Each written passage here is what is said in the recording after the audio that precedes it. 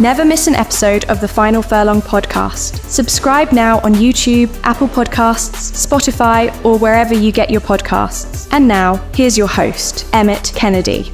Welcome to the weekend preview on the Final Furlong Podcast. What a weekend of racing we have in store for you. Classic action at the Curragh, some top-class racing at Haydock, Goodwood and Beverly as well. We'll preview it all for you in the company of Adam Mills, George Gorman and Andy Newton, and we'll begin with the Irish 2000 Guineas, won 12 times, a record 12 times by Aidan O'Brien. He's got two horses, Officer by Dubawi out of Hydrangea, both Group 1 winners, one of them for Aidan O'Brien and one of them a 2000 Guineas winner as well in Dubawi. He's going to be a fascinating runner. We've also got two horses by Kingman, Cosmic Year, who's unbeaten in 3 starts. He's out of Passage of Time, who was a Group 1 winner for the late great Sir Henry Cecil over 10 furlongs as a juvenile, and by Kingman, who won this race back in the day, was a brilliant miler back in 2014. Also by Kingman is the favourite, Field of Gold, who's a heavy odds-on favourite. Colin Keane takes over in the saddle in his bid for redemption of Classic Glory. Is that going to be the difference, Adam Mills, and does he deserve to be an odds-on favourite in the Irish 2000 Guineas? Is there going to be a difference? I'm not sure. I think Colin Keane is a plus. It's definitely not a negative. The horse should be favourite. Should he be odds-on in a field this deep? It wouldn't really at that kind of price. I mean, I kind of looked at the data. Was he really that unlucky at Newmarket? Okay, it probably wasn't the best ride, but his top speed was 39.95 miles an hour. Both Ruling Court and Shadow of Light had faster top speeds. Yes, he ran the best Final Furlong and he had the best run-out speed, 36.1 after the line. But Ruling Court was faster in furlongs 5, 6 and 7. And I'm just not entirely sold that this is like an absolute certainty that Field of Gold would have won with a better ride. He would certainly got closer, but I don't think it's a certainty. So odds on, I'm not sure. But Colin Keane at the Curragh is an upgrade on Kieran Schumacher at the Curragh. Yeah, for sure. The Irish racing is a little bit different to British racing, but Kieran Schumacher has 5 winners so far this season. Colin Keane has 30. And he's an absolute legend when it comes to the Curragh as well. So look, it's a great jockey booking. I agree with you. I think that Field of Gold was the best horse in the 2000 Guineas on the day. That doesn't necessarily mean that I think he would have beaten Ruling Court. I think people keep forgetting about the fact that William Buick chose to ride him over the European champion juvenile and dual Group 1 winner Shadow of Light, who's going to be interesting going forward. And he's a lively player for the Derby who probably should be favoured for the race. But just because Field of Gold should have been asked to quicken going uphill as opposed to being asked to quicken going downhill in the dip, which is a harder thing to do, it doesn't necessarily mean he's going to come out on top here. What's your overall thoughts on Field of Gold, George Gorman? Do you think he deserves to be an odds-on favourite, and is he going to get redemption here? 3 of the last 6 runnings of this race have gone to a British horse. No, very similar to Adam. I thought, maybe it wasn't the best ride, but he was badly out a crucial part of the race for me, and just on that evidence I'd be wanting to take him on. As he can be vulnerable to a horse with a bit more speed, like Cosmic Year perhaps. It's a really tricky race because you sort of he probably is the best of them on proven form. Then you're taking a chance with a lot of these others that they're going to take the step up. I was on Cosmic Year anti-post for the Guineas, so I was gutted. I made him my nap of the weekend when he ran. Was it on the Friday? Over 7 at Newmarket. Couldn't believe it. It was an enlisted race over 7. He wasn't even evens. He was odds against. He drifted alarmingly in the betting. He went from odds on to 6-4. I thought, how can he be one of the anti-post favourites for the Guineas and then get sent off not odds on in a listed race? So it was bizarre, and he won very well. It took him a while to get into gear, but he does have an impressive top speed, and he'll always be a bigger price than he should be because of that Kingman head carriage. They sort of, people see it and go, oh, he's not putting it all in. You're like, well, you could have said the same about Kingman, and he was one of the best horses on the era, for me. But I'll be looking to take Field of Gold on at the prices. Interested to see what Andy thinks. Yeah, I really like Cosmic Year. I don't like Harry Charlton's form. And I really like Hot as Hell. I don't like Jessica Harrington's form. And these fine margins can make a big difference. Andy, there's a lot clearly in Field of Gold's favour. I thought the point made by the boys makes sense. He has the proven form. But this is going to be his 3rd run in 5 weeks. And he's odds on. Rashabar finished in front of him in the Jean-Luc Lagardère, that probably requires a bit of context. But he also was being talked about by Brian Mean as a horse who desperately needed his first run of the season in the Greenham.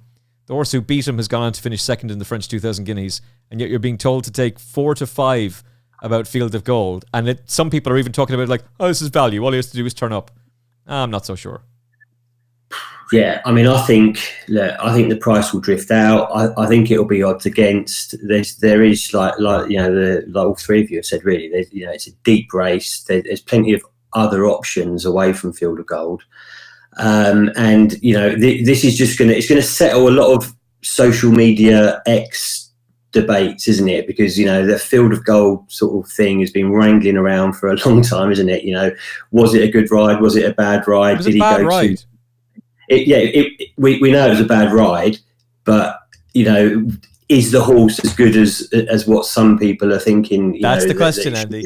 That's the question. That's the question. And Kieran Schumacher, he was rowing away for 2.5 furlongs, and you go, well, look, the horse just had plenty of time to respond, and yes, it got going right at the end. And visually, it's just the visual last sort of, I don't know, 200 or 300 yards when it was closing, or the others might have a tiny bit, whatever, that everyone was like, it should have won. So next time, it's going to be a banker. But, it's running in the Irish 2000 Guineas. It's not a Mickey Mouse race. It's a Group 1, first run at the Curragh. It's only ever time that it's run away from England was in France, and it bombed out there. In a Group 1, and let's be honest, it's won twice. Well, it's won 3 times, but 2 times at Group level, at Group 3 level. This is a big step up, and yes, Colin Keane is a massive plus, but 10 to 11, no, thank you. I mean, Hot as Hell, yes, that's got the form as well. But look, the stats here: 21 of the last 23 winners of this ran in the last 4 weeks. And obviously, Hot as Hell will fall down massively on that, being first time out. The other, Field of Gold and Cosmic Year and Officer, obviously, all tick that trend. So, yeah, look, I'd much rather be with Cosmic Year. I think there's more to come with that. Did look at Tad Green last time out at Newmarket, but whereas Field of Gold has had, this will be its 3rd run. And even Officer, I think that's overpriced as well. Whatever that is, 6 to 1, 7 to 1. I mean, it's Aidan O'Brien's first string. Obviously, Ryan's picked it over Expanded. He's looking for 13 wins in the race, and that's surely going to be too big a price at 6 or 7 to 1. But I think we're all in agreement. Let's just take Field of Gold on, and something else is obviously going to try and beat it. And personally, I'd much rather side with those two. But yeah, it's not a surprise if Field of Gold wins, and good luck to you if you're with them. But we're all going to take him on. So who are you going to take him on with, Adam? Well, that's a good question. It's very, the way I looked at this race was I think Cosmic Year is the fastest horse in the race. If you look at that Newmarket win, he was over half a second quicker than anything else in the final 2 furlongs. The more this develops into a sprint, the more I'd lean towards Cosmic Year. His form with Diego Ventura, who was 3rd, has been franked in France. Diego Ventura was a very good winner at Paris Longchamp last week. I thought it really impressive. So you'd have to think that's strong, but there's quite a few in here who'll be sort of looking maybe at one of the O'Brien runners or thinking can we get some kind of pace injected into this to make it into a bit more of a test? The one I would forgive most from Newmarket is Scurvy Champ. He had, for a long time, he was a lot slower than Field of Gold over the last 4 furlongs, so we've got to account for that. But he had the race IQ data shows his stride was the longest in the field, 7.79 metres. Now, not everyone takes stride data that seriously, but when I tell you that the first 3 home at Newmarket all had a stride length that was below the race average. The shorter stride horses came to the fore. That makes a lot of sense at Newmarket with the dip and the fact you get unbalanced and you have to change your legs. The bigger horses can't cope with it. Scurvy Champ will be better in the Irish Guineas than he was at Newmarket. The longer straight there will help him. Is he good enough to reverse that much of a distance? Probably not. And I think he needs 10 furlongs, but he might be one to sort of keep an eye on. And if he drifts out to something ridiculous, kind of 20 to 1 to have a couple of quid in case the pace collapses, I think I want to be with Officer more than anything else. I thought that win at the Curragh was really good. And if you watch the replay, at the 2 furlong pole, the Curragh was absolutely cantering in the Tattersalls Stakes. And you think, well, Curragh I hadn't seen the race before, and I was watching, well, surely Curragh wins this. He snaps on the bit and he's away. But absolutely mows him down. 0.38 seconds quicker in the final furlong. Top speed of over 40 miles an hour. He's got speed. We know he stays. We know he hits the line well. It's Aidan O'Brien. I thought Officer was far too big in relation to Field of Gold, and he'd be my main play. I completely agree with you. I love the pedigree. Dubawi out of Hydrangea only ran once as a juvenile. That was in August. They weren't able to get a second run into him. They try and really throw him in at the deep end. He gets beaten by Big Gossie, who's a legend at the Curragh. The second horse is Camille Pizarro. He was trapped out wide that day, couldn't get any cover, couldn't really settle, yet he still finishes third. Camille Pizarro won the Prix Jean-Luc Lagardère as a juvenile, goes on to finish third in the French 2000 Guineas from a horrible draw, is now headed for the French Derby. And this guy, having won the Tetrick Stakes against Curragh, who I know people want to throw stones at that horse and say he's not much good. You look at his form, he never finishes out of the first two. And when he's beaten tended to be by very good Aidan O'Brien horses. I think he's a fascinating runner. Who knows how much improvement there could be to come from him. And the fact that Ryan Moore is choosing him over Expanded, who won a Curragh maiden over 7 furlongs, a week later is thrown into the Dewhurst Stakes, finishes second, beaten by a horse who was winning his second Group 1, would be crowned European Champion Juvenile, and then finished third in the 2000 Guineas. He himself was pretty much stone last that day. But Aidan O'Brien has done this before, not just with Auguste Rodin and City of Troy, who everybody points to. Little Big Bear was absolutely lapped in the 2000 Guineas, wins the Sandy Lane, then goes very, very close in the Commonwealth Cup, only beaten by the horse who would be crowned champion sprinter that year. You can go back to Master Craftsman, Roderick O'Connor, Power, all beaten in the 2000 Guineas. They come back and win the Irish version of it. Don't rule Expanded out from a massive run, and yet Ryan Moore wants to ride Officer. This is the horse to be with, for sure. I think we were getting 6-1 a few days ago. The top price I'm seeing about Officer now is around about 9-2, 5-1. I think he'll be shorter. I think he'll be much shorter on the day. And we can get sixes. My God. What a bet. 6-1 for Aidan O'Brien to win his 13th running of the Irish 2000 Guineas. Happy days. George Gorman. Yeah, look, as I've said before, I'm a big fan of Cosmic Year, and I really want to take on Field of Gold with him. Arguably, I don't know how prevalent the 6-1 is. Yeah, it's not really 6-1. It's about 9-2. I'd be more inclined to take 9-2 on him if you want a Group 2 somewhere or something. I'd be happier backing him at a shorter price if he'd proven himself at group level, or even if he had gone and won the listed race in good style, but if he'd really come away from them. Yeah, I do think long term he's going to be better than Field of Gold, and it might be back at 7 furlongs.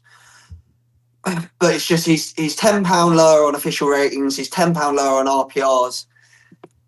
If that 6-1 wasn't mythical, I think it's only are offering it. So it's probably not. Yeah. Okay. Hey, they might be sponsoring this show at some point. Who knows? In which case, hey. If that 6-1 is a real price that you could actually get money on at, it's arguable it could be the muggy each way bet of the weekend. But I'd rather take on a couple of horses that have proven they're of this level and are way too big a price. And I might as well get the first one, the bigger price one, out the way, because he's already mentioned, is Scurvy Champ, who beat Hot as Hell 4 lengths when they both made their racecourse debut in the same Leopardstown maiden. His defeat of Henri Matisse, who subsequently won the Breeders' Cup, then won the Red Rocks this year and the French 1000 Guineas. That was in the Group 1 Vincent O'Brien National Stakes. He was very popular with some very well-respected pundits for the Guineas. And I think he just looked like he needed the run. Like, as Adam said, that's interesting, that stride data, that he's obviously a bit more of a long striding horse, maybe didn't handle the dip. But if any combinations are true, he's way too big a price here. He's the 4th highest horse rated horse in the race. Yeah. If he comes on for his reappearance, or the track suits better, or any combination of the two, so he's the 4th highest rated horse in the race. He beat the French 2000 Guineas winner last season. What the hell is this about? This is madness. Yeah. It's off one run, and it's because he's finished behind a lot of these when he's done it. And the other one, I take the point. It's tricky on seasonal debut, But Hot as Hell is the joint second highest rated horse in this race, and his defeat of Delacroix and the Futurity is arguably the best form available in this race. Like, he got carried halfway across the track by the runner-up that day. Wimbledon Hawkeye was beaten 4 3/4 lengths that day, and has since finished second in the Craven and third in the Dante. Whilst that defeat of Delacroix was on soft ground, he's won twice on good to yielding and twice on good, so the ground isn't cause for concern. It's a worry that he's trying to do it on his seasonal reappearance, but surely you don't come to this race needing the run. And the fact it's a seasonal reappearance is the price. Again, I'm seeing 9s across the board, really, bits of 8s. I'd rather take those two each way against the rest than bank on Cosmic Year stepping from listed into Group 1 company. I've won those two will hit the frame. I can't have it that they won't. So I'll play those two each way against the field. Yeah, I'm going to play some elaborate exacta here, trifecta on the day, and it's going to be Officer, Scorthy Champ, because the price is just insane. Rashabar and Expanded, and just hope we manage to get a few of the fancied ones out of the frame. They're all really, really interesting. Andy, what are your thoughts? Yeah, look, I totally echo with the Joseph O'Brien horse at the Scorthy Champ. I think myself and Adam were, we had that up for the English Guineas, didn't we? And it just, just might needed the run. We don't know. I mean, it probably, still got a bit to prove, probably over a mile. Obviously, all its runs before that are over 7. But I mean, that is the sort of double figure each way sort of scumbaggy one that that could easily improve on that first run. Being a Group 1 winner already, and so on and so on. Look, I mentioned Hot as Hell with I respect that the form is there. Just the fact that it hasn't had a run would put me off a little bit. Look, we know we're all against Field of Gold. Cosmic Year, it's just that drift last time out. I know it won. It was only a listed race, big step up.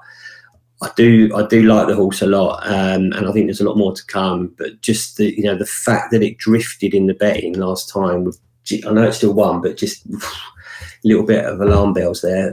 So look, we're just all coming back down to Officer. I think proven course and distance winner. That Curragh, as you said, decent yardstick, beat that fairly well last time. Almost 2 lengths. All its runs have been at the Curragh. Track's going to be absolutely fine. Its only defeat came on soft ground, didn't it?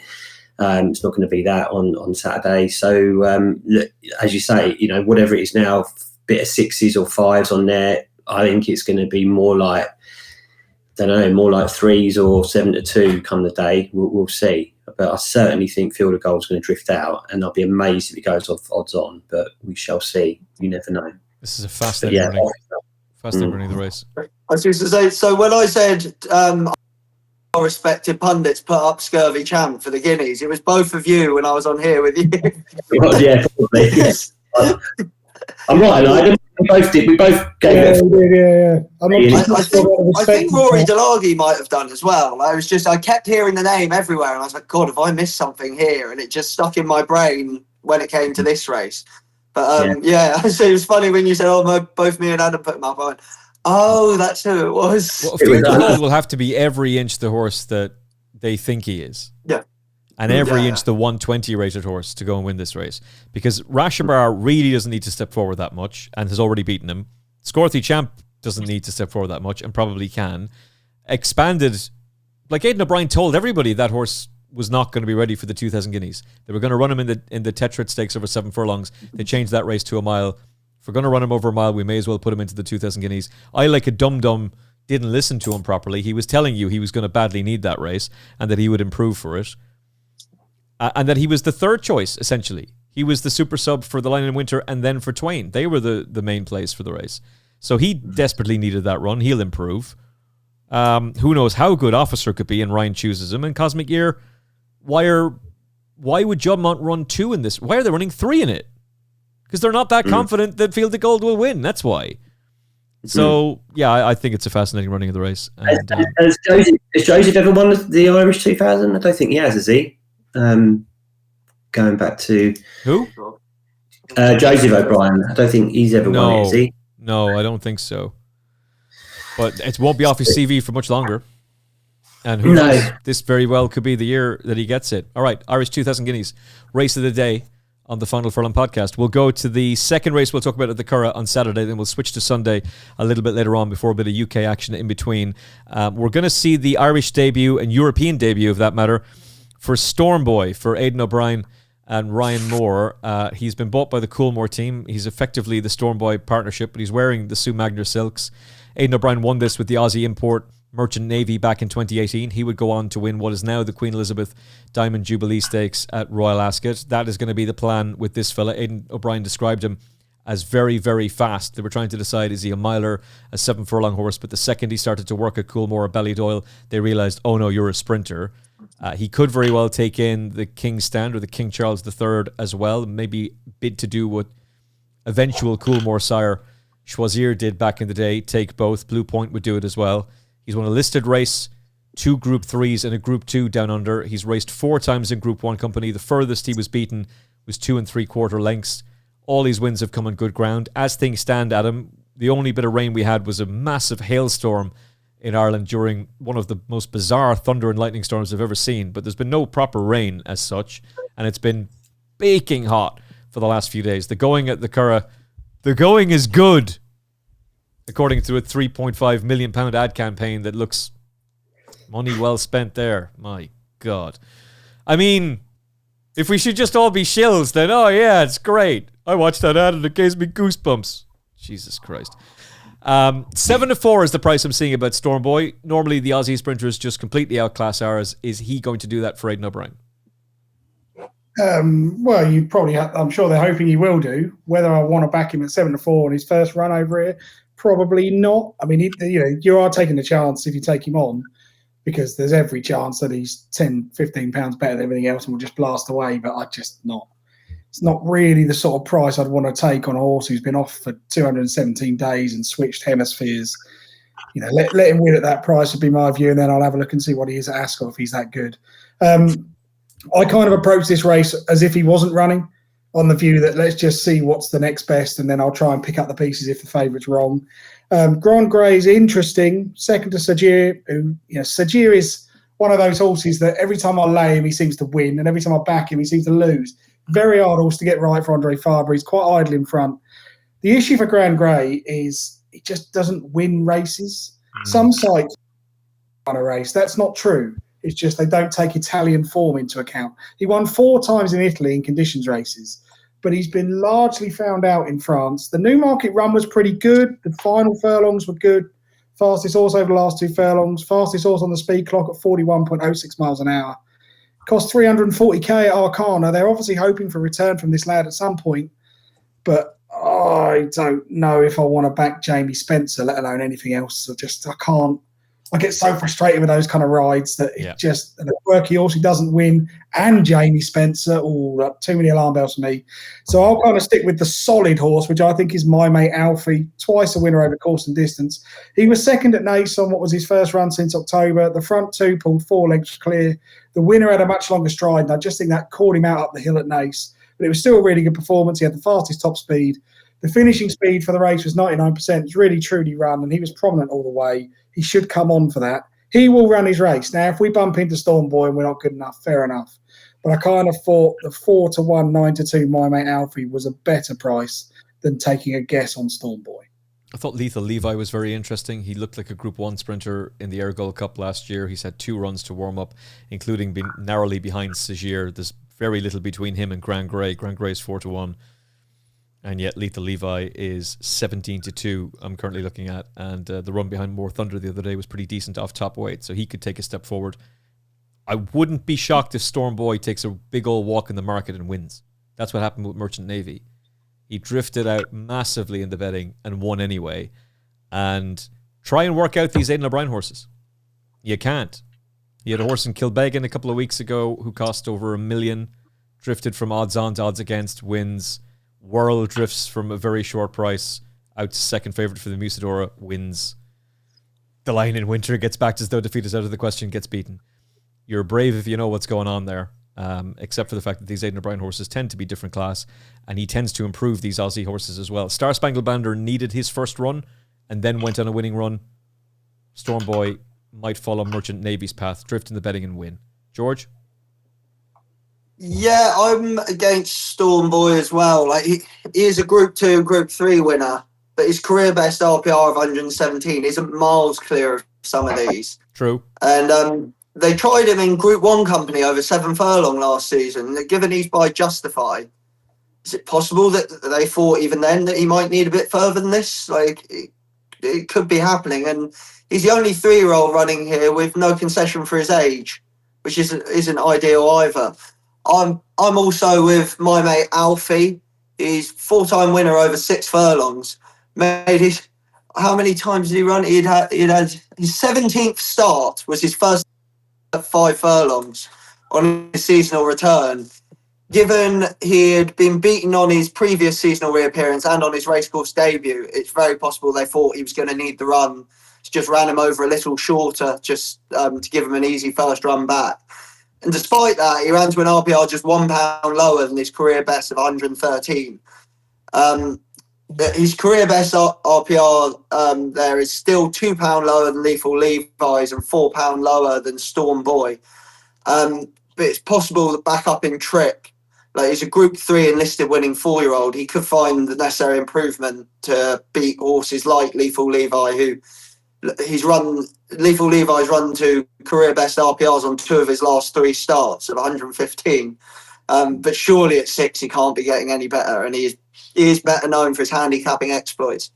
Having said that, I did do this before the betting came out, and I did think Lethal Levi would be second or third favourite. I'm a bit surprised to see him as big a price as he is. Like having said all that, he is better known for his handicap exploits, but there's only 3 horses in this race that have run to an RPR of 115 or above, and they are Lethal Levi and one down the betting, James's Delight, who ran to 116 in a Group 3 in Deauville last year when he was beating the neck, and when winning a handicap at York in June 24. But he's been very bad the last twice. Like I couldn't have him on my mind. But given that, like given those sort of figures, he is a big price, Lethal Levi. I said I expected to see him much shorter. I might be tempted to sort of make him an each-way alternative if he gets any bigger. But my main player is my mate Alfie at the minute. Okay, my mate Alfie for George and for Adam. What about Andy? Yeah, look, I'll keep it fairly short. Not a race that I'm going to get too involved in. Yeah, I mean, look, James's Delight is a horse I think we had, tipped up a few times last season, but yeah, probably wants it a bit softer, doesn't it? Yeah. So, we'll have to wait and see if the rain comes. Like Adam said, Kevin Ryan's horse, that Grand Grey, probably doesn't win enough. Kevin Ryan's horses at the moment as well, not great form. I think they're sort of like 1 from 29. Jamie Spencer, I know you sort of crabbed him a bit here, but he has won this race a couple of times recently, twice in the last 5 years, so might be something in that. And yeah, look, I'm quite happy just to let the O'Brien horse, let's just see, it might well go and win and be sort of a class above this lot and head to Ascot or wherever next, we don't know. But just as a punt for the fact that the trainer won it last year, Charles Hills took this race. I mean, look, the UK trainers have actually won the last 3 runnings of this. And I think Iberian, it ran, quite well last time at Donny's, had a bit of a break since, couple of months off. Had wind surgery, I think, over last summer, come back since then, won, and then ran a decent second, Group 2 winner, took the Champagne Stakes, I think, last year, didn't it, years ago at Donny. And yeah, just based on the fact that, the trainer won it last year, more than anything, I think that's definitely got a shout, Iberian, personally. Okay, Iberian, really interesting, being reinvented as a sprinter. He's had 2 runs this season. It's Lethal Levi for me. A tentative vote from George as well, if he gets to be a bigger price. But the main play for the boys is my mate Alfie, and Iberian rounds off the TriCast for Andy Newton. Let's race through a couple of the British races. We'll go this super, super fast and succinct. Beverly, we've got the 5 furlong Hillary Needler, if I could use my mouth words correctly. Condition Stakes, Ali Shuffle. Took advantage of a low draw last time out at Chester. Should be suited by this stiff track. Adam, I think he'll win, for all that there's some interesting ones against him, but he's got the experience, and she's got the experience even. Although, I don't know, maybe she identifies as a he. He'll take all the beating here. Should probably take all the beating. Has won here before. I definitely think the stall one was a massive advantage at Chester. I know that's not exactly headline news, but when you look at kind of the sectional times, the third and fourth were just robbed because they were so much quicker over the last 3 furlongs. But drawn wider, what's the point? We may as well just have 2 runner races at Chester at times. It's so difficult around there. So that kind of shuffle is one of those precocious 2-year-olds that they're really pressing on with because they probably think there's a 2-year-old career and that's it. And I'm just, at some point, it's going to bump into one. I thought Angel Numbers was interesting here. I was just sat down like last week, we'd only got racing on in the background, not really paying attention. And there's a 2-year-old maiden at Chepstow and you think, well, God knows what's running here. And then this thing under Holly Doyle just absolutely comes swinging through under hands and heels, wins as it likes, gallops all the way around the bend. The top speed was over 43 miles an hour, is always a good sign. 10.52 for the 4th furlong. A little bit downhill at Chepstow, so that can flow those figures, but that was really impressive. And afterwards, Jamie Insole was just sort of like, well, we didn't really know what we had, but we knew she was quick, and then she's gone on one like that. So let's see where we go. They were talking about Royal Ascot. I don't think she's quite up to that, but this isn't the most competitive renewal of this race I've ever seen. And I just really like the way she did it. Really travelled, loads of speed. If they could get a nice pace to track, this horse might just prove a little bit better than Ali Shuffle, who I think we're kind of starting to already know an awful lot about. Okay, she's 9-2. George Gorman? My only concern with Angel Numbers would be that she did have wind surgery before she ever ran and still showed up with a tongue tie on debut. Hold on, I've got you there. Don't worry, I did my research on that. It wasn't actually full wind surgery. She had a trapped epiglottis when she first came into the yard, which they corrected. That sounds painful. She didn't need the tongue tie, but they put it on anyway just in case. But Holly Doyle felt that they could take it off. Okay, fair enough. Look, this wasn't a race I had a really my sort of thing, but on a brief look, I sort of thought, like, Ali Shuffle won at odds on last time with a 14-1 shot and a 40-1 shot following her home. She beat Argentine Tango 2 starts back, but Ali Shuffle was already a winner and Argentine Tango is making the racecourse debut. On the figures, Argentine Tango tops them on RPRs by £5, £6 clear of Ali Shuffle, who only beat him by 3/4 of a length that time. Ali Shuffle's career RPRs have been 83, 80 and 83, which sort of backs up what Adam was just saying about basically just being very forward but not necessarily progressive. Whereas Argentine Tango's reached 63, 78, 89. I just think while she might be a bit less precocious than the favourite, she might improve past her here. So a very, very slight shout for Argentine Tango. Okay, 9-2. And Andy? Yeah, I mean, going back to that Beverly race, that Argentine Tango, it's worth pointing out, though, that it was that Ali Shuffle was giving it £9. It beat it 3/4 of the length, but now they're running off level weight, so effectively £9, better off for 3/4 of a length. Obviously, massively favours Ali Shuffle, unless you think Argentine Tango can improve on that. Look, against Angel Numbers, the draw for me. How many winners from stall 1 of this race in the last 19? Just the one. So that would put me off that. I don't know why. Huh? The Easterby horse. Michael Dodd's horse.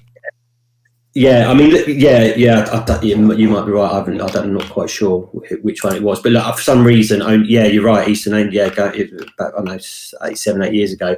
Look, Easterby's got quite a good record times, so, that goes back to the Tango. So, look, everything just sort of points back to Ali Shuffle, really. I know it's getting slightly exposed, and that run last time at Chester, was sort of there for the taking with the draw it got, but looks the safest bet to me. And look, massive draw stat with Ali Shuffle, right? 3 of the last 6 winners have been drawn 6. Don't know if there's something in that or not, but that's like a 50% strike rate, drawn 6 for some reason in the last 6 run-ins of this race. So yeah, Ali Shuffle for me. And me, to increase that draw 6 stat. The 225 is a decent listed race over 10 furlongs for fillies. Some of your old favourites. We've got Running Line having her second run of the season. Diamond Rain makes her seasonal reappearance. Tasmania for Luke Morris and Sir Mark Prescott, having only her second start for them, and then Francophone, daughter of Study of Man, who's got some decent form to her name as well. Is this just Running Line steps forward from her first run, or is Charlie Appleby's good run going to continue, Adam? Can we trust Running Lion? I'm just not sure. On the figures, Running Lion should win this comfortably. Yeah. I thought she'd win at Newmarket, and it wasn't like she got done 2 lengths and was running on. She was pummeled. So I'm not really in love with the price. I don't think it's a betting race for me unless there was strong market support for Tasmania. Tasmania was really exciting in France. I thought this was going to make up into a sort of Group 1 type performer. She won some good races for Francis Henri Graffard. Listed race at Compiègne was really good, but they've had real issues keeping her sound. Only one run last year, which was a 6th place finish behind Blue Stocking in the Pretty Polly. That's pretty solid form. The likelihood is that this is going to be a Luke Morris alternative ride of kind of just coax her into it, give her a nice tie out, and there'll be bigger targets down the line. But if there was strong market support, I'd want to be with Tasmania, because if she's still capable of progressing, she could make up into a group horse and surpass these. But it's a weird one that I wouldn't want to back her unless she was sort of 4-1, 7-2. Because if the yard were behind her, then I'd want to be. Only one run last year, but she was 3rd in the French Oaks back in 2023. She's a fascinating recruit for Sir Mark Prescott, who obviously does so well with fillies, but the man's a legend anyway. George, for you? For me, it's Running Lion. It was beaten on. She was beaten on seasonal return, but is also 2 from 6 on the back of breaks of 60 days or more. The 4 losses are the most recent 4, and the 2 wins off the back of breaks of 60 days or more were in a Chelmsford novice and a Kempton conditions. So I'd say it was just a case of the races didn't take as much winning. She's £7 clear of ratings, £10 clear of the rest. Listed winner and a Group 1 Prix l'Opera second over this trip. Both of those came on soft ground, but she's also a Royal Ascot winner on good to firm over a mile. I think she should just beat these. If you're interested, I like backing horses that are clear of the others in conditions races off sort of levels where just essentially there's less uncontrollable factors. There's another one running this weekend. Potentially running this weekend. We don't have decks, but Porta Fortuna is in on Sunday at the Curragh off, I think, even better terms. So maybe a little double with those 2, if that would be your sort of thing. Tasmania is, I take Adam's point, very nice horse, but yet to run on better than good to soft. And I couldn't back one of Mark Prescott's first time out personally. Yeah, that's a fair shout. It did take Running Line a couple of starts to get going last year. I wonder as a 5-year-old might it be the same thing. I'm in agreement with you though. She should really win this race. And look at the progression Lead Artist showed from first to second start for the Goslings this season. Running Line can put that behind her, I would think. Andy Newton, your thoughts? Tasmania ground issues would be the concern for me with that one. We haven't really spoke about Diamond Rain, obviously.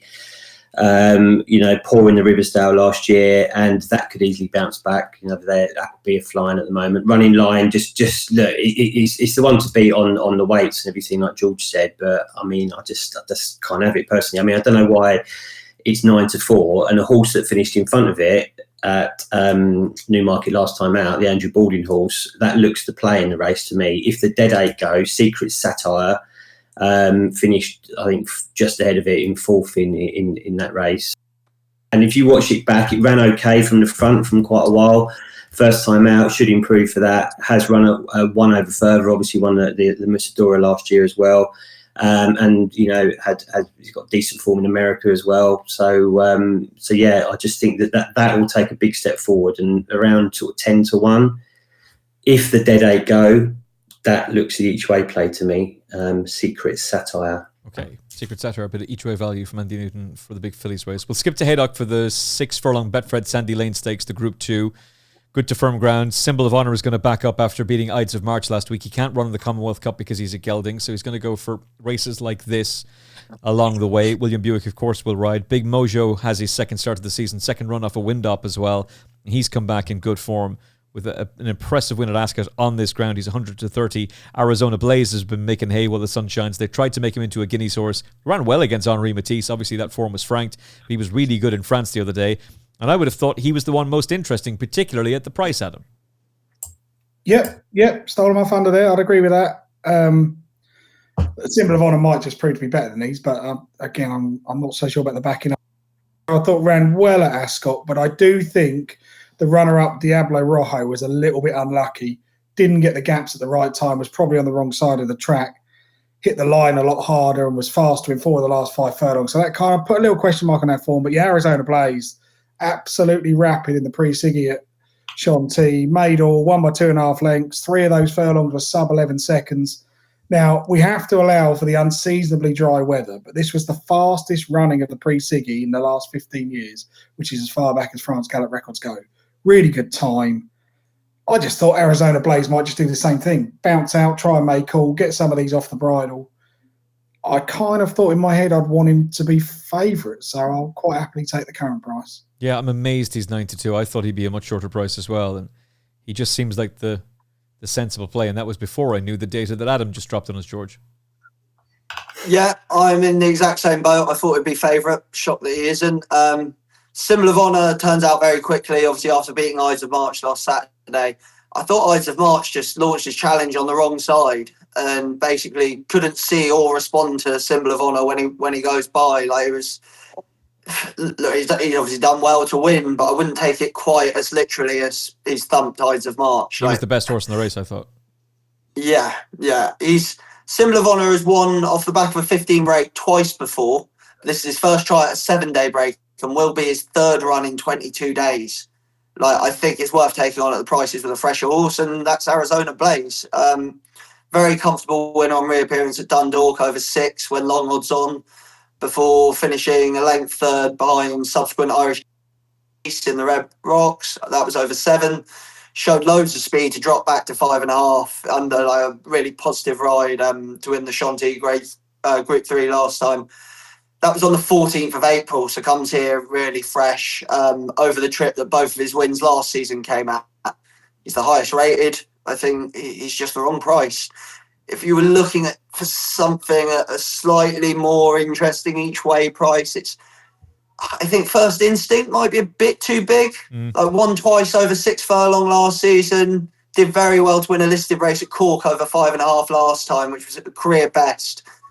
I like horses running a career best over the wrong trip and then returning to the right trip, which is what she'll be doing here, receiving £3 from all the principals. So a step forward's needed. 12-1's probably a bit too big. Keep it simple. Arizona Blaze. The form of Town and Country is interesting, but Arizona Blaze wins this, Andy. Make it 4 from 4. I think I'm going to agree, boys. Arizona Blaze. Look, first of all, I think we should give a bit of a hats off to young Jake, who was on here last week. I think he did put up Symbol of Honour. I might be wrong. I think he did. So, well done, mate. You nailed that one. Jake had a good debut.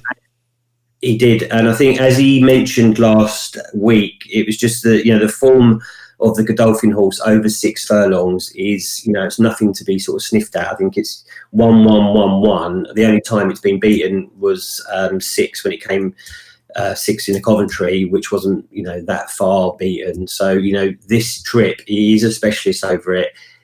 Why is he being turned out again 7 days later? I mean, you can read it both ways. You go, well, mate, he's obviously buzzing at home and well enough to run again, so that's a positive. Or, too soon. It's only a week ago, so I don't know. But so yeah, based on that, what George said and Adam really, and yourself as well. I mean, the fresher horse, Arizona Blaze, got the form in the book at this level. Symbol of Honour has to obviously step up. That was only a listed race last time at Newbury.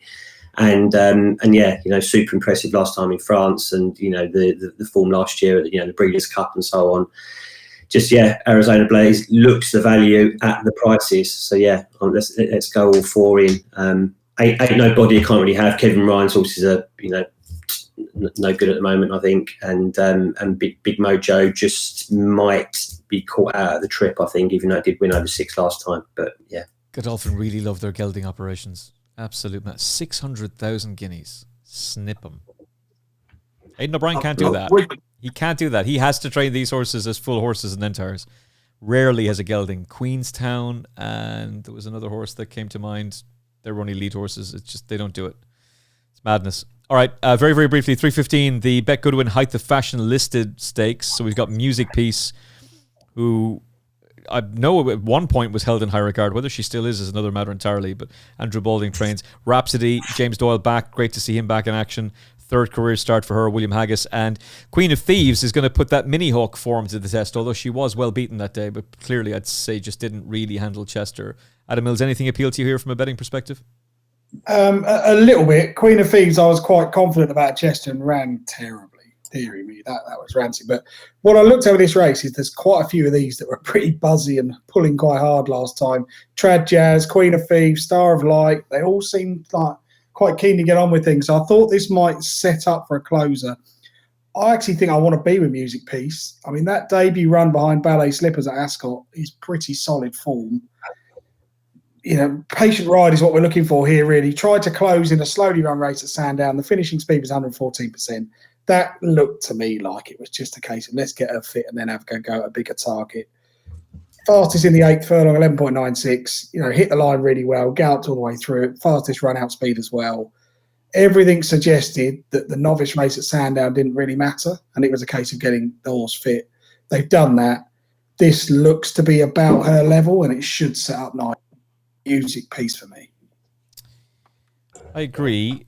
Rob Havlin rides Queen of Thieves, having had Kieran Schumark on board for the last 4 starts. Kieran Schumark does not ride the second string for the Gosdens either, called Star of Light. Instead, he rides David Minussier's Janie Mackers. Okay. George Gorman. It's one of those races where it's just there's not a standout really here to me. I would have been vaguely interested if Beckett horse if the one win hadn't come on heavy ground and wasn't making its seasonal reappearance. Like that's not for me at all, given how some of his have run first time out this year. But interesting, you mentioned Janie Mackers. I've taken a swing at a couple of bigger prices here just because I just think some of them at the top look vulnerable. Janie Mackers was very impressive, winning a maiden at Doncaster by 5.5 lengths on her final start of last season, earning her an RPR of 88. She ran disappointingly in the Pretty Polly on seasonal return, but Minussier's can need a run, and I think she's a big price if you can forget that and go back to the 5.5 length absolute demolition job she did in the maiden on her last start last season. The other is Victoria Harbour, who's one of the less experienced here. Did plenty wrong last time, pulled hard early in a Weatherby novice, then did well to just about make all to win by half a length and earn an RPR of 85. The third horse, Orionis, ran just 13 days later, was second in a maiden at Chester despite pulling both front shoes off. I'd say that's a fair enough ranking of the form, especially if you sort of think if she managed to keep all of her shoes on, she might have won. I think if she could take a step forward from that, this on what would be just her third start, she can get involved as well. So I'd take those two against the field at good prices. Sister to Royal Rhyme was a good horse for the Burke team as well. Yeah, I think that's a good shout. Andy? Yeah, look, not a race I'm going to get too involved in, but you mentioned the Beckett horse, Perfect Your Craft, but he did have 2 entered in this a couple of days ago. Same owners as well. Can't remember the name of the other one. It was Lady Vivian or something like that. But anyway, they've come down on this, and that for me looks interesting. I know it's a little bit of a guessing game because it won on debut on heavy ground, but the step up in trip should suit. We know it should stay, based on the fact it won over a mile on heavy ground. Pedigree screaming out for a bit longer, which it gets here, another 2 furlongs. Beckett Camp won this in 2019 as well. So that would be a tentative little play, only because they were, throwing a couple of multiple entries at this earlier in the week, and they've come down this one for the same owners. Okay, I've got 2 horses in my tracker for this race. One is Jenny Mackers, the other is Trad Jazz. I'll put up Trad Jazz very simply because there was something in my head about this horse when I was interviewing James Owen a week ago. I said, I don't know why, but I feel compelled to ask you about Trad Jazz. And he said, that's a good shout. She disappointed the last day, but she's a horse with a very bright future. And here she rocks up. So she's 10-1. Trad Jazz will do for the own team. Will we briefly touch on the Temple Stakes at Haydock? American Affair wins, doesn't he? Just continues his progression forward and goes and wins. He's 11-2, down from 7-2. Washington Heights, he was couldn't even place. We was all on that as well, weren't we? We all agreed he was the nap and he couldn't even place. American Affair wins. Who? Think so? All right, Adam, briefly, who wins? I'm not. No, I don't. American Affair might be on his way up, and fair enough. Magira was half interesting, but that Longchamp form needs looking at because there's this assumption that this was like his career best, brilliant effort, and everyone should go like bouncing around. And wasn't it amazing? And I'm just not so sure. I don't know. I'm sort of half and half between that. It looked a quality Temple Stakes to me, but that Longchamp form is interesting because the first 5 were drawn stalls 1-5. And as we know on that straight track there, it's a bit of a joke. So I thought the one that was like the most ridiculous price here is Electric Storm. I could be in danger of following this horse too much, and I backed him at Longchamp, and he duly fell out the stalls. And if you fall out the stalls from the widest draw on the straight course at Longchamp, you may as well turn around and get back in them because you can't win. But the time before that, did really well to win at Bath, over 43 miles an hour, a couple of sub-11 second furlongs. 18s, I mean, that's far too big a price. Back on a more conventional track where the draw bias is not quite so bad, Electric Storm each way for me. This is a race I didn't think I was going to have much interest in because I had my short list of 4 horses, and then when the betting came out and the decks came in, they were first, second, fourth and fifth favourite. And I was going to have a great deal of interest, and the more I looked at it, the more it just screamed Rumstar to me. Like, it obviously beat a few of these last time out. He's had 11 starts over 6 furlongs, but all of his career wins have come over 5, including last time in the Group 3 Palace House Stakes. He had never previously before won on seasonal debut. That's 0 from 3, and this season ran a career best on his seasonal debut. I think to me it's an indicator he's taken a huge step forward. He's going to be very hard to beat here, especially given he's off the same terms as he was last time with a lot of these. So I think he was giving She's Quality £3, does so again here. Same with Washington Heights. I wanted to go for Washington Heights again. I wanted to find a reason. And every reason I could find for Washington Heights taking a step forward, it just screamed that Rumstar will as well. So Rumstar is a really, really strong fancy for me in this. Yeah, I think Washington Heights needs to go back to Newmarket as well, but that was so disappointing the other day. I couldn't trust him at this track. Andy, for you? Yeah, look, 2 I came down on. I am with you with American Affair, Emmet, and also with you, George, with Rumstar. I know they're probably, I don't know, two of the first sort of 3 or 4 in the market. But yeah, look, super impressive. Yeah, forecast maybe. But yeah, like you say, you know, last time at Newmarket, Rumstar looked impressive. And they actually, I mean, it was 5th to American Affair at Donny in the Portland last year, but it was giving American Affair £9 that day. It was only beaten half a length. So level weights this time would favour Rumstar, come out of the traps in it this season and you know, won very well at Newmarket. But, you know, look, American Affair is on the up as well. I mean, look, a draw 10 of the last 15 are drawn 6 or lower, which is fine for Rumstar in 3. But I don't think that's going to have a big impact on American Affair to be held up. It'll sort of side through the pack. And, you know, when these sprinters are in form, we all know that, you know, you have to catch them. I mean, it's a huge step up, you know, from a handicap company up into, you know, Group 2. But Jim Goldie's flying at the moment as well. So, yeah, let's have it. A little reverse forecast maybe. American Affair, Rumstar. He ran a blinder at this track against Curragh a year ago. He'll win this. I don't doubt it for a second. Okay, let's very briefly touch on a couple of races on Sunday. The Phillies Classic, the Irish 1,000 Guineas, will be in action. Before that, we'll see the Tattersalls Gold Cup. We'll go for that race first of all, shall we? Los Angeles bids to run for Aidan O'Brien, who's got a fantastic record in this race, as you would imagine. It's going to be a deeper contest this year, and he rematches with White Birch. White Birch hadn't been seen for over a year. He beat Auguste Rodin in this race back in the day and looked to have a very, very bright future. He's back as a 5-year-old. Great to see him still in training, but I don't see any real reason why he beats Los Angeles, who just looks to be a horse who's going to be much better as a 4-year-old. And this is the distance that's going to suit him. They could have run him in the St. Leger last year. They actively chose not to because Aidan O'Brien didn't think he'd be suited by a mile 6. He was good in the Great Voltigeur. That form has worked out very well, and 10 furlongs could suit him. There's some interesting side notes and interesting characters against him here, but I think Los Angeles will come out on top. Adam. Yeah, I kind of came to that conclusion as well. I didn't see any reason White Birch would reverse the form. He had a better top speed, better furlongs in that Mooresbridge Stakes. He had every opportunity to go by and he didn't. And I couldn't really find a case, assuming they both get a clear run, as to why that form be reversed. Los Angeles is the big, long striding type. And I just thought he shaped as much as White Birch did, like he was going to improve again. So I thought Los Angeles probably win. Kind of little angles, just keep an eye on. Royal Rhyme will not win. I don't think he's quite good enough to win this race. But his run in the Prix Gannet was much better than it looked. Clifford Lee just showed that he doesn't ride Paris Longchamp that often. And what you must not do at Paris Longchamp is get caught in the pocket on the inside. And then even worse, when you're in that pocket, don't think when the cutaway comes, you can make up your ground on the inside rail. If you watch the real masters of how to ride Paris Longchamp, Soumillon, Pellier, Barcelona, Guion, what they all do is come down the centre because that's where the better ground always is.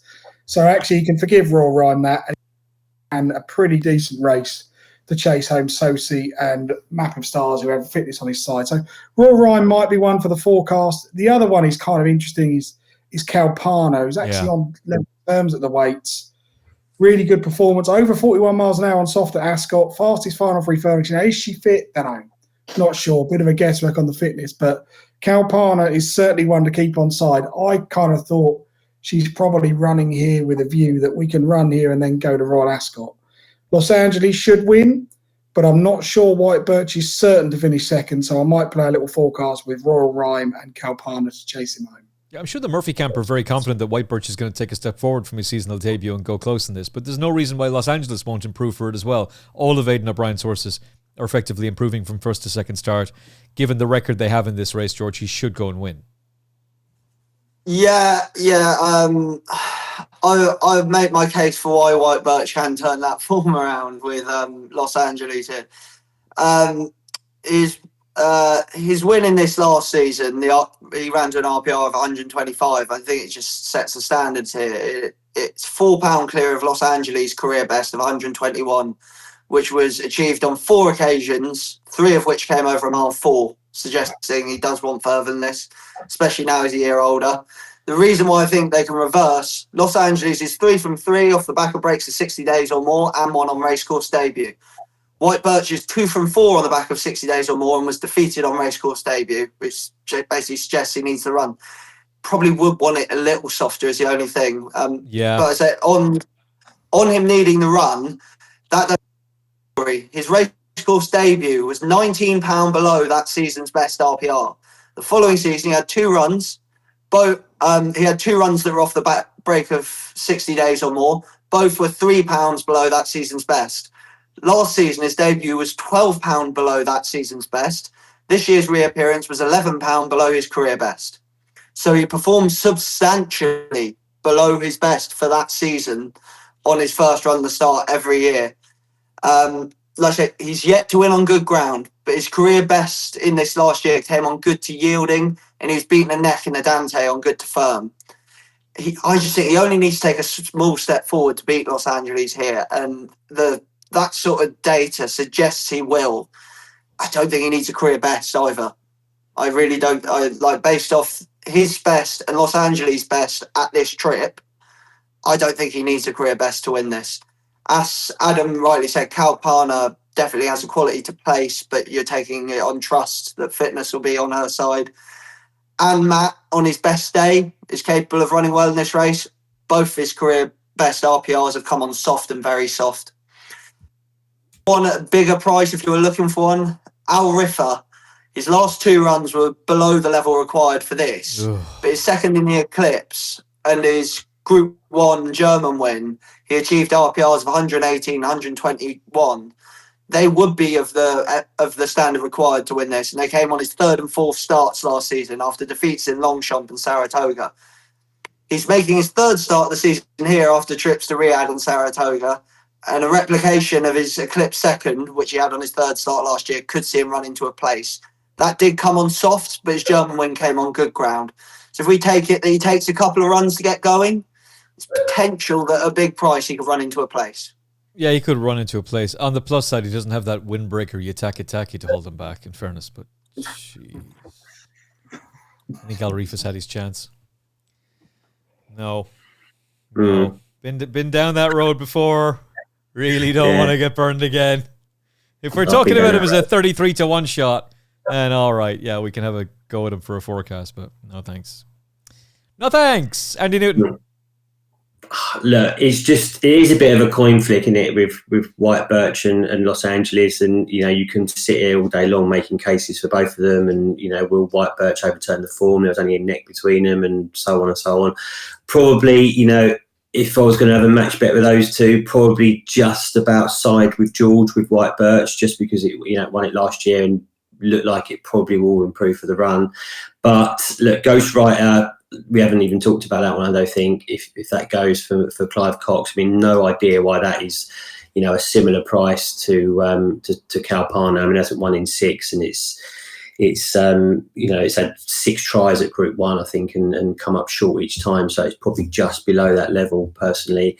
And probably a bit of a punt on Kalpana. I mean, just because of the improvement, the improvement should still be there with her. She was super impressive at Ascot. Obviously gets to £3. That brings her right in with the weights with White Birch and Los Angeles rated 121.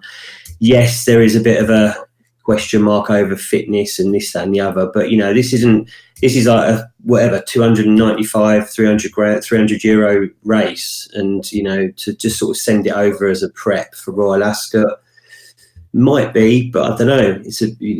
We'll see. But I think I'd rather ever go on Kalpana improving over White Birch, probably those two. Okay, she was supposed to run a Group 2. Was it a week ago? Group 3. They had to pull her out because of the ground, or she had a small setback, so they're going to go for this instead.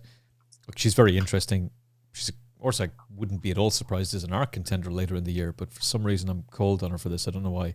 Probably because I just expect Los Angeles to crush the whole lot of them. He'll win, and he'll go real close in the Prince of Wales Stakes as well, for that matter, at Royal Ascot. He's going to be hard to beat. Okay, Tattersalls 1,000 Irish. Tattersalls Irish 1,000 guineas. Mouthwords. Sometimes they work. Lake Victoria is the 6-5 favourite. A brilliant juvenile. I heard Rishi Prasad, good friend of the show, saying the other day, there's a stat that goes all the way back to the 80s. Only one juvenile filly won 3 Group 1s, and she never won again. So he's going to rattle that off each time Lake Victoria gets beaten. But then as soon as she wins again, he'll stop. I think she'll win this race. For all that, it's not going to be easy with Swelter in there. She's a beautifully bred horse for Dermot Weld, who's won 2 of the last 4 runnings of this race. And the form with Exactly has worked out very, very well. I know the Bashawat Syndicate were really disappointed with She's Perfect failing in her appeal, but the connections of Exactly were very, very, very fair to object that day, and they didn't, which was a really classy thing for Ryan Moore, Aidan O'Brien, and the Coolmore team to do. And She's Perfect could easily have been placed behind her. She was mullered that day, so that form for Swelter has been boosted. Big step up, though, against Lake Victoria. I suspect Aidan O'Brien was very, very pleased with her comeback. In fact, I know he was. And if she gets the mile, she'll take a load of beating here. Getting a mile in the Breeders' Cup is different to a mile at the Curragh, but she should take all the beating at him. She's the best horse in the race. I'm not sure that price is quite right. Does she get the mile? The evidence is still out for me. Shortest stride at Newmarket. Run out speed was only 8th of the 10 runners. She was quicker than Desert Flower in the last 2 furlongs, so maybe. But I just don't know if I want to take that kind of price. I'm a bit sketchy about that. But then you're kind of looking at this and thinking this isn't like the race on Saturday. It's not quite as deep. No. But the one I thought was half interesting was Flight. I don't think that was a fluke at Newmarket. 28-1, big long stride, raced in the wrong little group on the near side rather than the big group on the far side.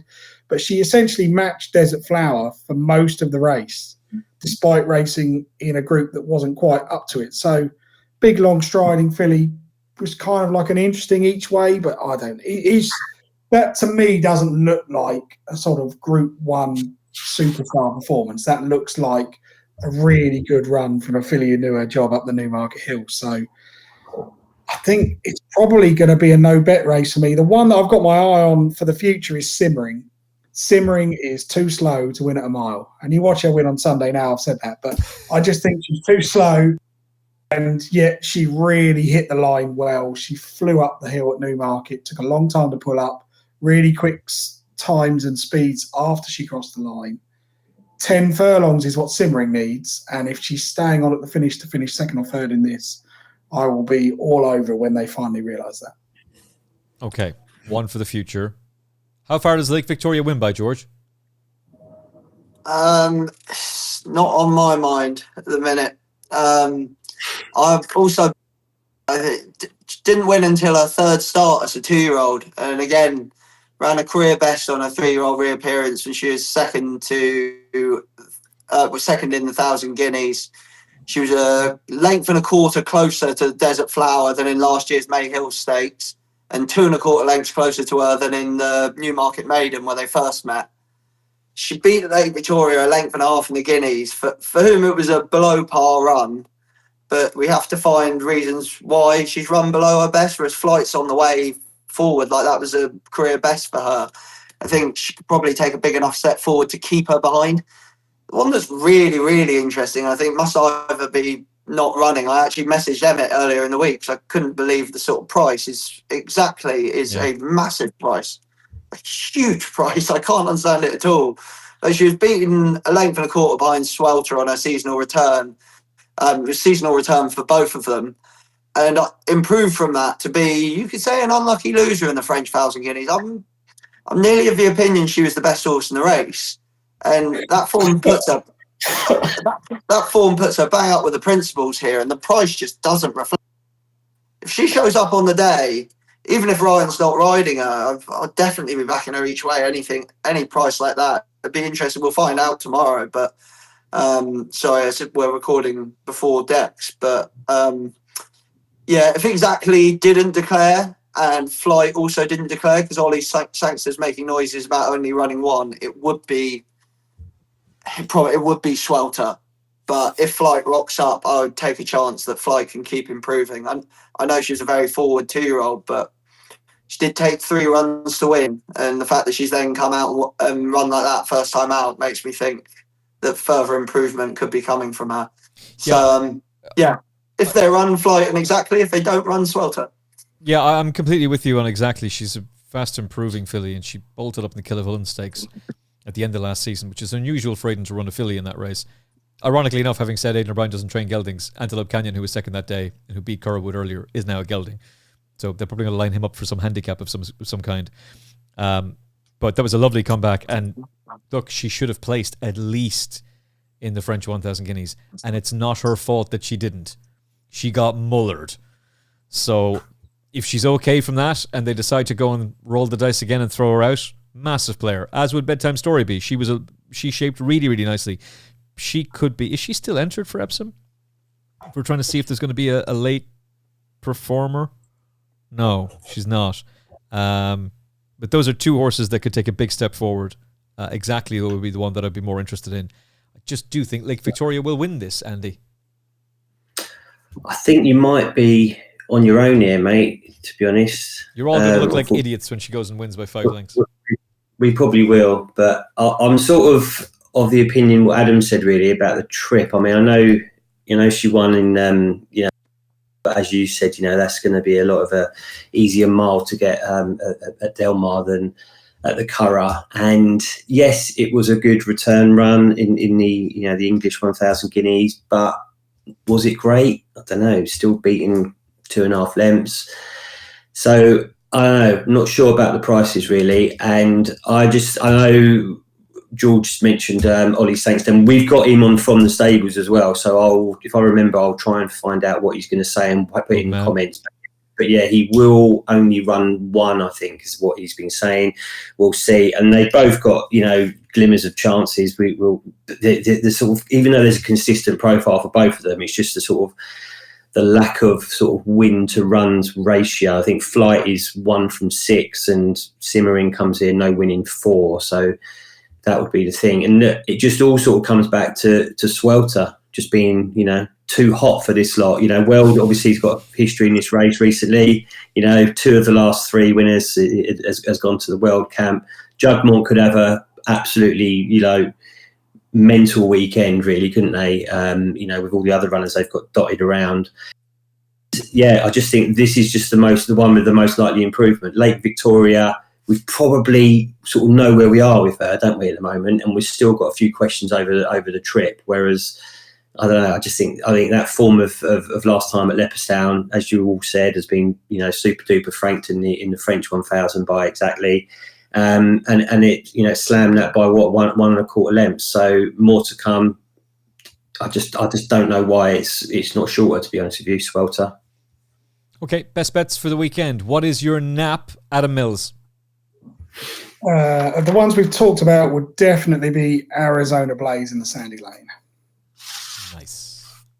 Nice. George Gorman, your nap. Rumstar in the 3:30 at Haydock. Andy Newton? Swelter, 1,000 guineas, Irish version, Sunday. Perfect. We can do a lucky 15. We've all gone for different races. Officer to win the Irish 2,000 guineas. Oh, yes. Punishing the bookies with 4 horses to follow this weekend. Thank you very much for watching or listening to this episode of the Final Furlong Podcast. If you have not already, likes and shares on YouTube are much appreciated. Likes and shares for the podcast app is much appreciated as well. I'm sure you've liked this video. There's no way you watched it and didn't. Some of you do. Do hit the like button. It's a massive help to us with the algorithm. From Adam Mills, George Gorman, Andy Newton and me, look after yourself and each other. Enjoy the Guineas weekend at the Curragh. We'll talk to you again very, very soon on the Final Furlong Podcast. Look after yourself and each other. God bless. In horse racing, every furlong matters and every episode counts. So stay ahead of the field by hitting subscribe to the Final Furlong Podcast on YouTube, Apple Podcasts, Spotify, and all major podcast platforms. It's free and it gets you one step closer to the winner's enclosure. Subscribe to the Final Furlong Podcast and join us on the gravy train.